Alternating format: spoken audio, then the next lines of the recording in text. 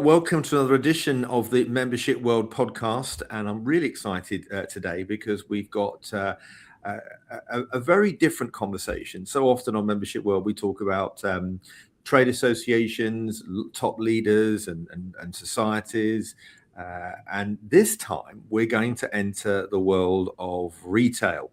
And I'm really pleased that we've got Gida and George that have joined us all the way from Portugal. Welcome to you both. Thank you very much. Thank you for having us. Thanks, Gordon, for the invite. Pleasure. And we're going to talk a lot about subscription and loyalty. And you've done some amazing things at Worten. And so first of all, tell us a little bit about yourself. I think that's what we'd like to do. And then we'll have a deeper conversation on what subscription looks like in the sort of modern economy. So if I start with you, Gida, tell us a little bit about you. Sure. So I'm Gida. I've been at Worten for the last year and a half, more or less, working in subscriptions and services, and just very recently moved to the loyalty team after many years working in Sonai and many more years living abroad, let's say. And now I'm very much focused on the business growth of our loyalty program that is called Worten Life, meaning that all the commercial strategies, business development, the innovation side of what Worten Life is going to be, that's very much what I'm focused now. Right, lovely, thank you. And George?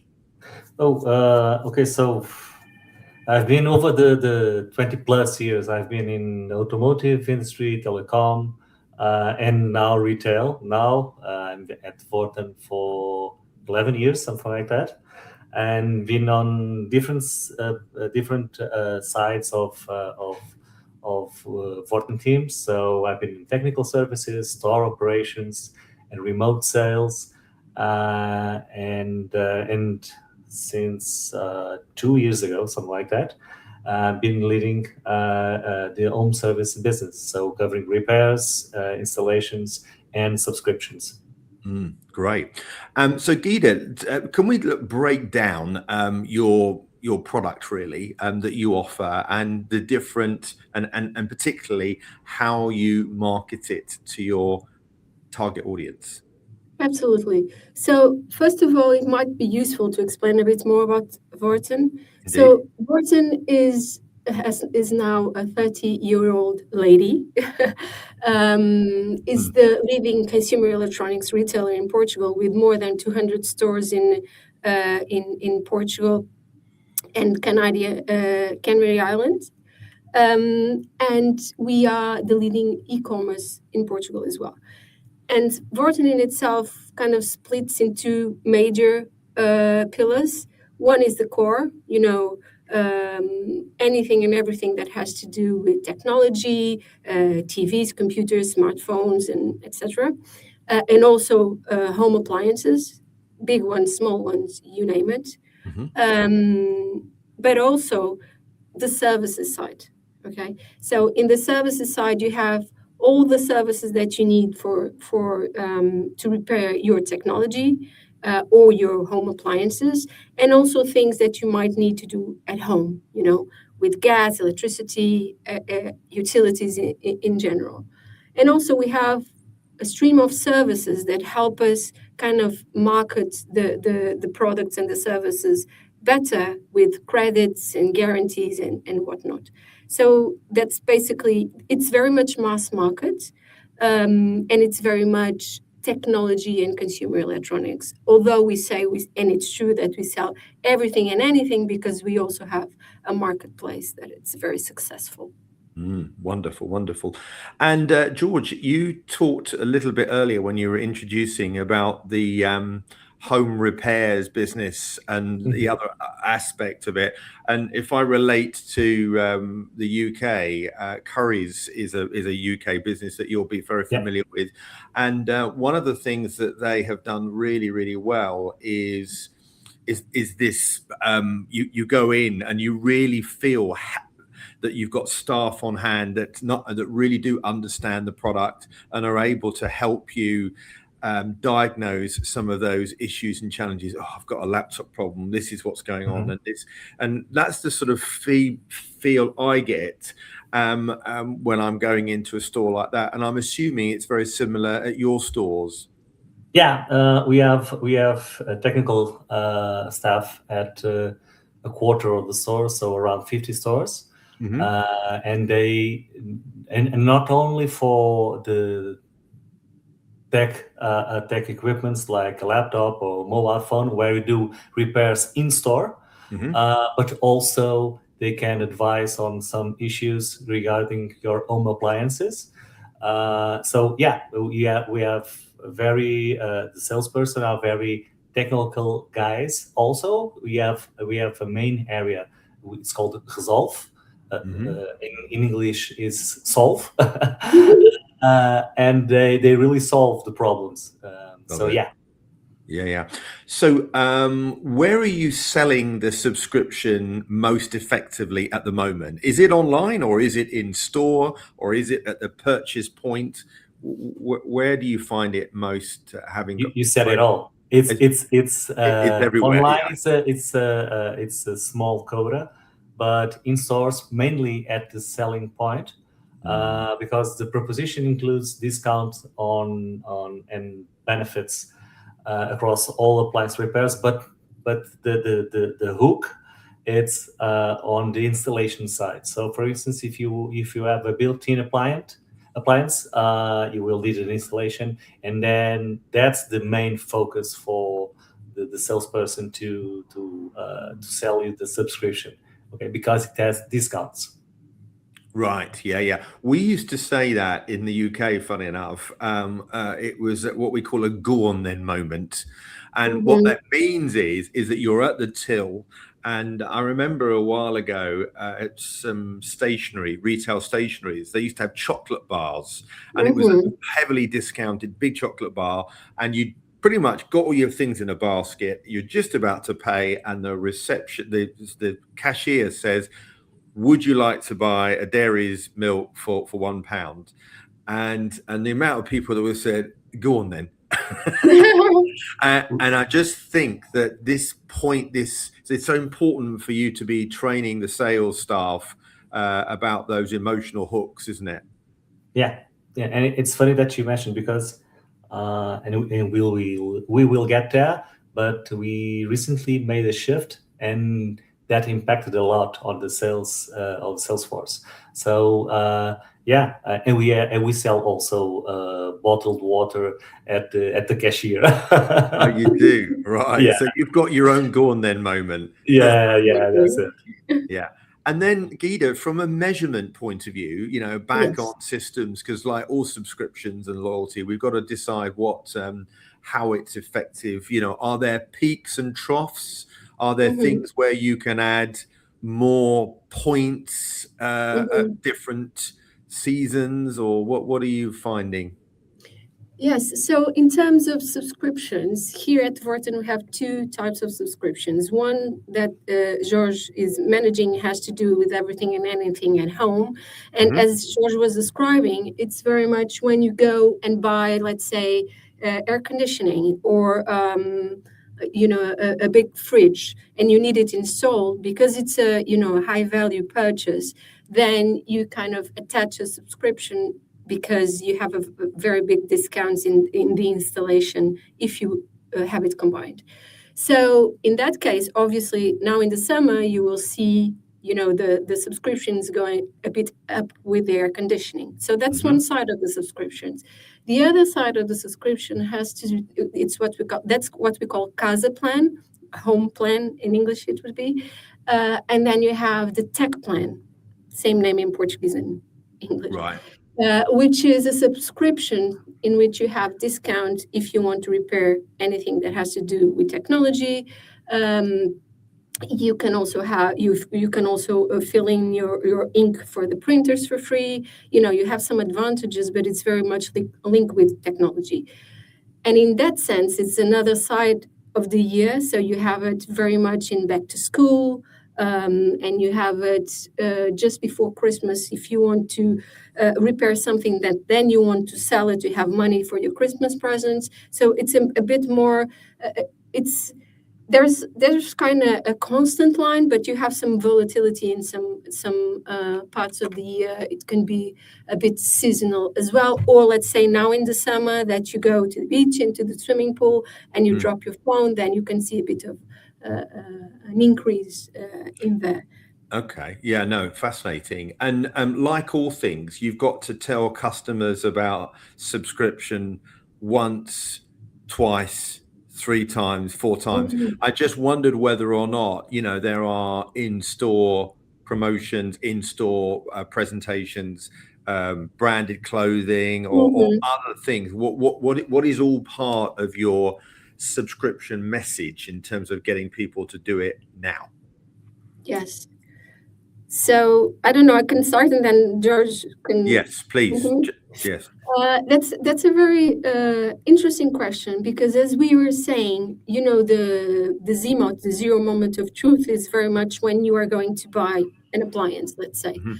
But oftentimes, people at our stores are kind of talking with different clients, and it's not time to sell a subscription. Then we have present, and George can explore that a bit more, throughout the store. And I remember in the Resolve, which, as George was saying, is the solve it or fix it part of Worten, the services. You have a big screen talking about subscriptions, but also throughout the stores where you don't have a sales assistant that is free at the moment, then we have that as well. And on the website, is it not, George? And also flyers in stores, and on some pillars in the stores, also some branding regarding the subscription. Yeah, and the reason I asked that, because like you've got a well-known brand which is almost a household. Well, it is a household name in Portugal, of course, but there are a whole bunch of people that are coming to Portugal on holiday as well. I wondered, do they too? Are you trying to sell subscriptions to them too as well, or? Yes, but mainly in Algarve. Algarve, you have a lot of UK citizens, for instance, that live there a big chunk of the year. Yeah. And yeah, of course we can and we will try to sell the subscription to those customers.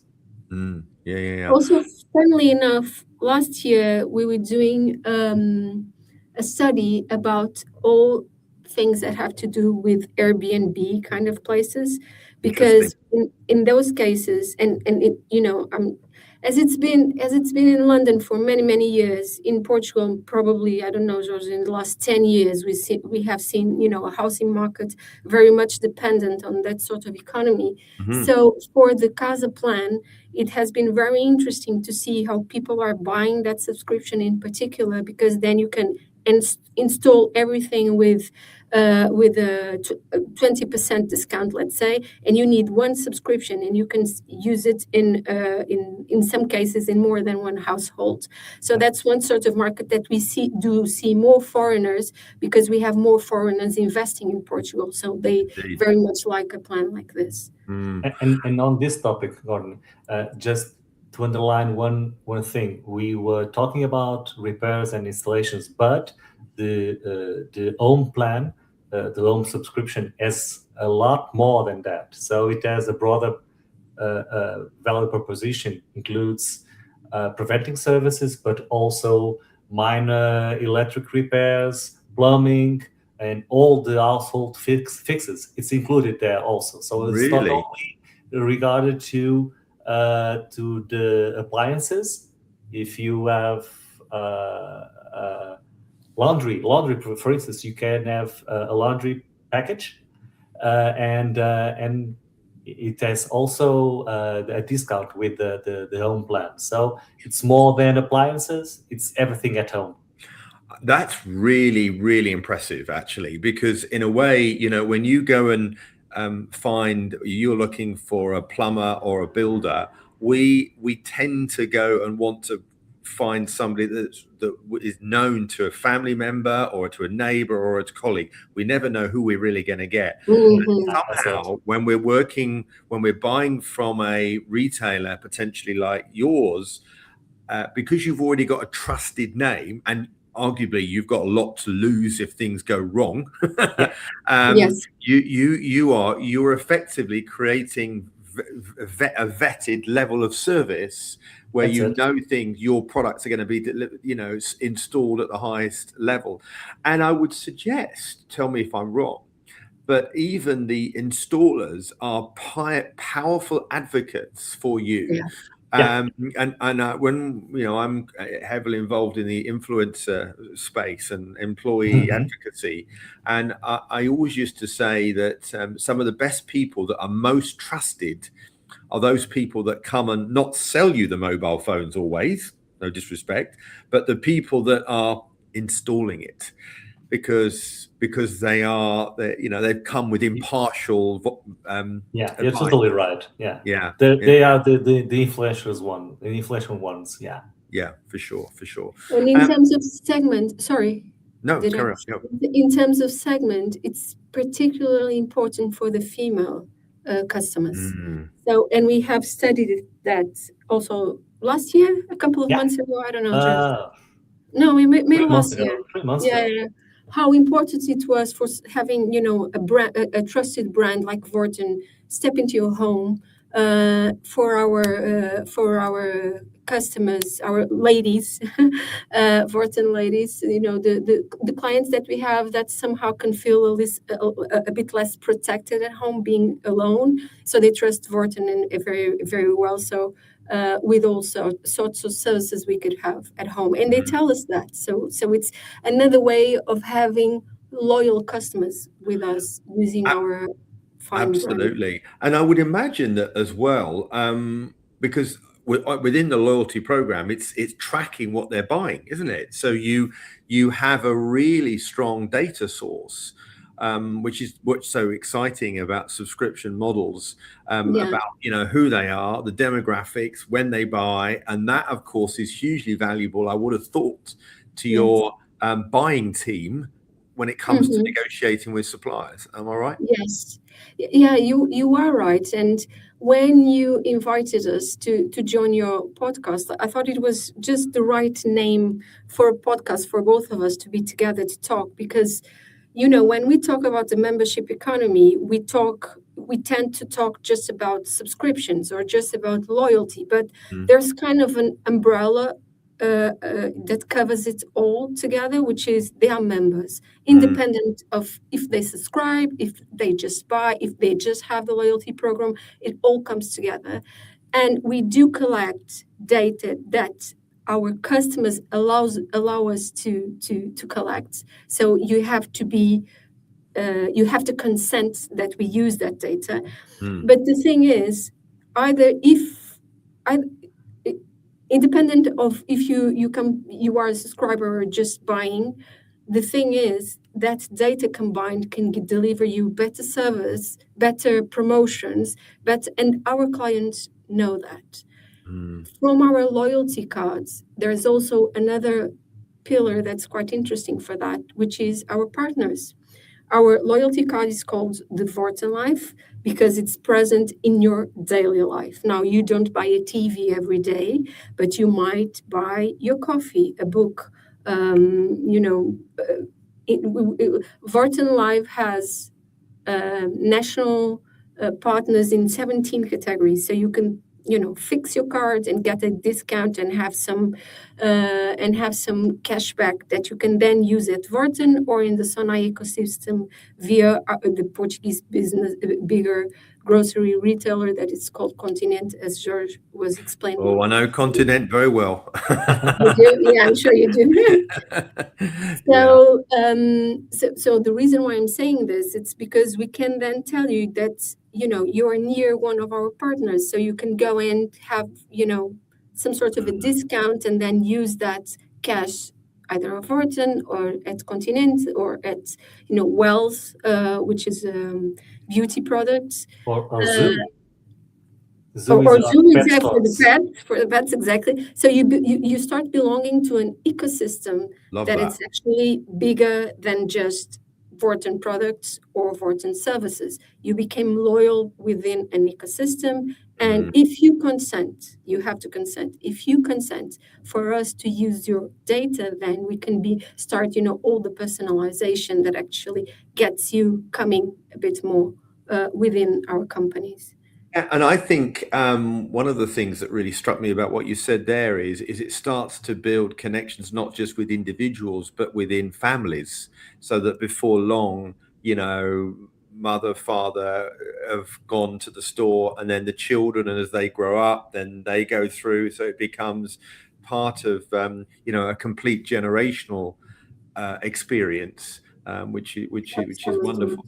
Okay, well, it sounds like you're doing some really exciting things in the business. Well done to both of you, and I'm really pleased that you shared that. For the last 10 minutes or so, I'd just love to get your thoughts on perhaps some other retailers or other sort of institutions that you rate really well, that are making some real headway within the sort of subscription business. I know we were talking just before, you did mention Revolut, so maybe we start with that. But equally, let's share a couple of others as well. So, Gita, do you want to just tell us, and then I know George, you've got some views about that as well.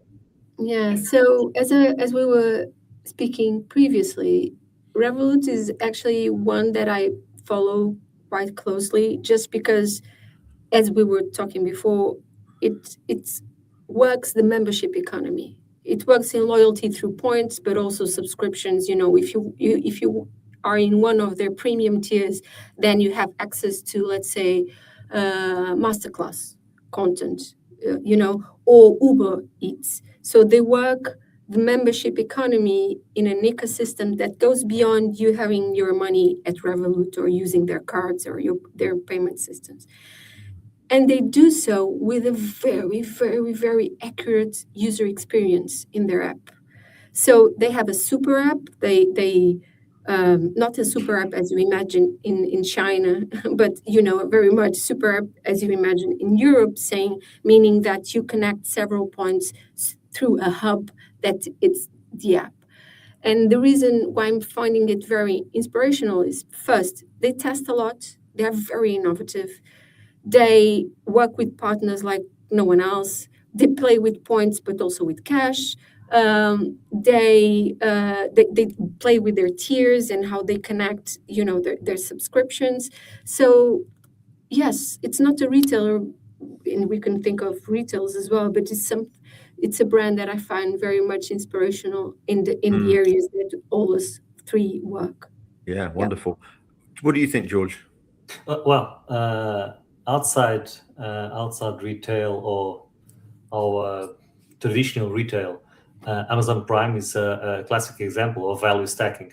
But going to our universe of retail, Best Buy is a very good example also. So Best Buy, the total membership combines products, protection, technical support, in-store and remote services, repair discounts, and traditional retail benefits. So if you look at this, and if you combine our subscription plans at Worten, you can see a lot of similarities, because Best Buy was one of the first retailers to do it, and they did it very well. So that's a very good example in the retail industry.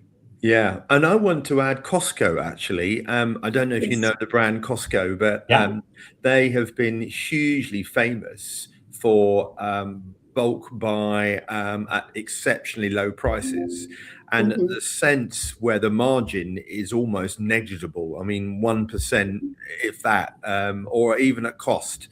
And people used to say, how on earth do they make their money? Because they charge everybody a membership, and that membership gives them access to those prices. And I always used to say, people come for content in membership, but they stay for community.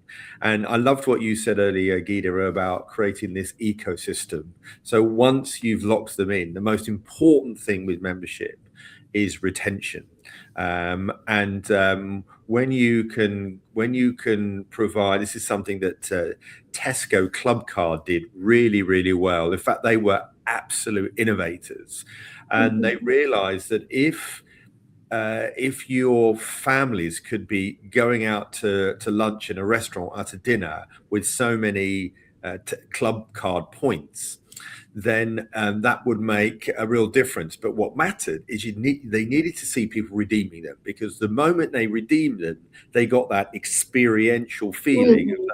I remember when many years ago we would say, "Wow, this is cheers to Tesco. This is on Tesco Club Card." You know, of course, what it made you do is just keep going back and time again.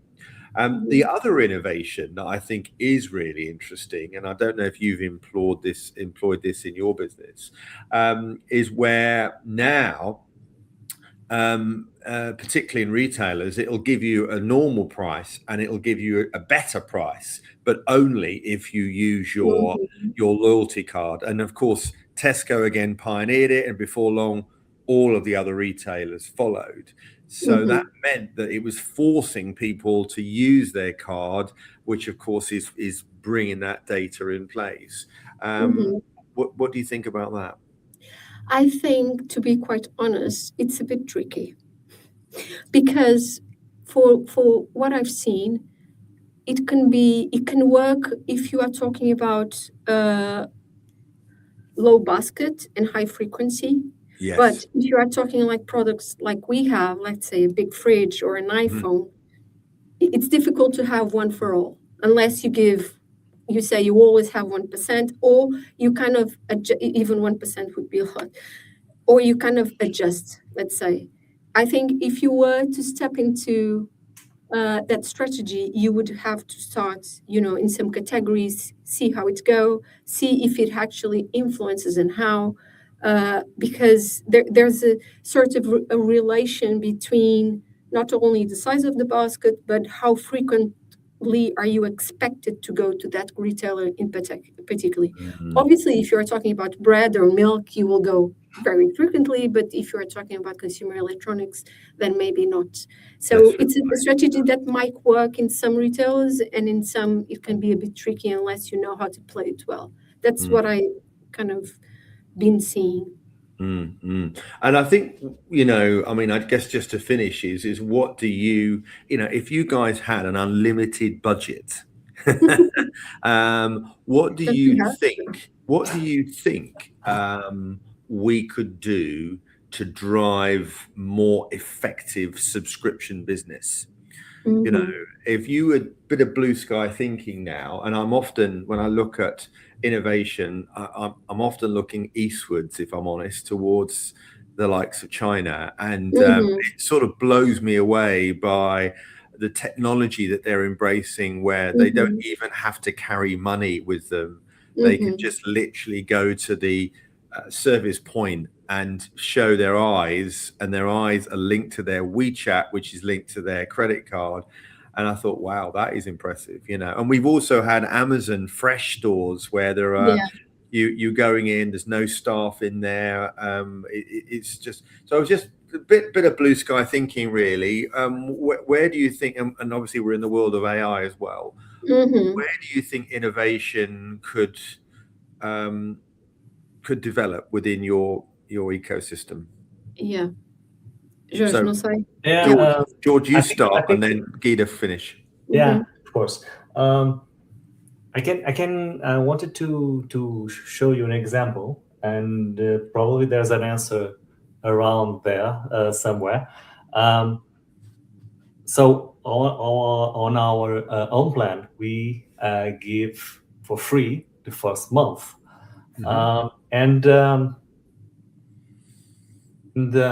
let me. Free is a very strong word, right? So this means that when you are, the salesperson is trying to engage you and explain all the value proposition of the subscription, free is what the customer gets. It's free, it's free, it's free, it's free. And it's easier for the salesperson to engage and to get the customer to subscribe the service. And we did a little change the last month, and it still is free, but now with live, you have to pay and then you get the cash back. Mm-hmm. And what we are seeing at the moment is a shift for the higher tiers, because the salesperson has to explain better all the value proposition of the subscription, and the customer gets to think and not only get hooked on the free word, gets to think and see, okay, this is better for me. And so at the moment we are seeing, and this is a very good news, we are seeing a shift for the higher tiers, and we still do the same, we still offer the same. The first month is free, but a small difference made a shift in the conversation, and now the conversation is to try to explain all the value proposition of the subscription plan, and that's the answer for you. So if I could, with AI or something else, ensure that the customer really understands all the value proposition of the different tiers of the different subscription plans, that would be great. Well, there's something in less is more, isn't there? And I think one of the difficulties, and I'm just with my consumer hat on here, because I happened to go to Curry's the other day, actually, in where we were. And as it happens, I'm in the market for a washing machine. So I'd be looking at, how can I compare all these different washing machines? You know, it's you almost, as a consumer, you need a common denominator, because all you can see is just a load of information. And if you're not used to buying something, you know, what's the difference between paying £280 versus £700? Do you know what I mean? And for the consumer, it's a lot to take in. And it would be great for that buying decision to be much, much more easily conveyed, whether it be physical or through somebody's mouth. Yeah. Because a successful subscription, it's needs one very clear reason to join, but you need different reasons to stay and recurring reasons to stay. So that's why we add all the home fixes side of it, and that's the main reason, because we don't buy fridges every year, not every day, not every year, but you have homework to do almost every week. It's true. So it's true. Yeah, I mean, I always say the insurance industry never sells policies; it sells risk, doesn't it? Guido, any amount of budget, what would you like to do? Yes, that's a great question, actually. My mind goes to technology, of course, but very much focused in predictive models, in the sense that if you have the right data points, collecting data that is consented by the client in different circumstances and independent of channel, in an omni-channel way, then you can train models to predict that for you, Gordon, you would prefer the 500 pounds fridge. So that's very much the dream. I don't think we are there yet, but you would need to invest quite a bit in that sense. And then you would stay, because you would say, this is the brand that actually knows me without being scary. Exactly. Well, it speaks to me, and I mean, it's fascinating you say that, because I've often thought about predictive marketing for membership professionals, so that by identifying the types of member that we want, then we've now got a whole bunch of data on Yes. that ordinarily would have taken a considerable amount of time and effort and different systems. And Yes. now with AI, we can see the different cohorts, the different income streams of those different types of consumer, and then say, look, this plan is better suited to that cohort of people. So let's go and focus on that, and Yes. let's drive a campaign towards them. Definitely. That would be on one side of things. The opposite side of it would be, for us working in the subscriptions world for many years, we used to talk a lot about acquisition, acquisition models, acquisition costs and whatnot. And we know that the subscription economy will still grow, from 2025 to 2030, 68%, but it's slowing down. So the subscription professionals are now talking a lot more about retention.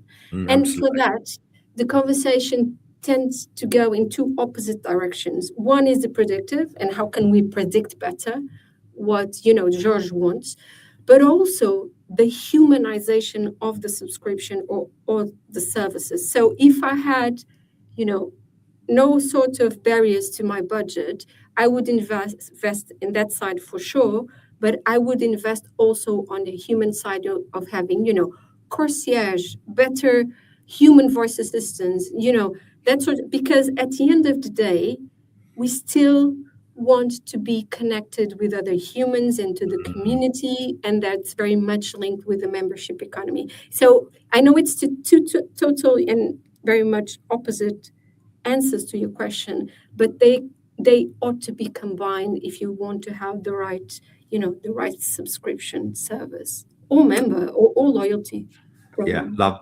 that. Wow, we've gone sort of way over time here, but I love it. And that just shows you the quality of the conversation and interest, not just from me, but I think having you two on it's been fabulous. So thank you both for taking the time to join us. Thank you, Gordon.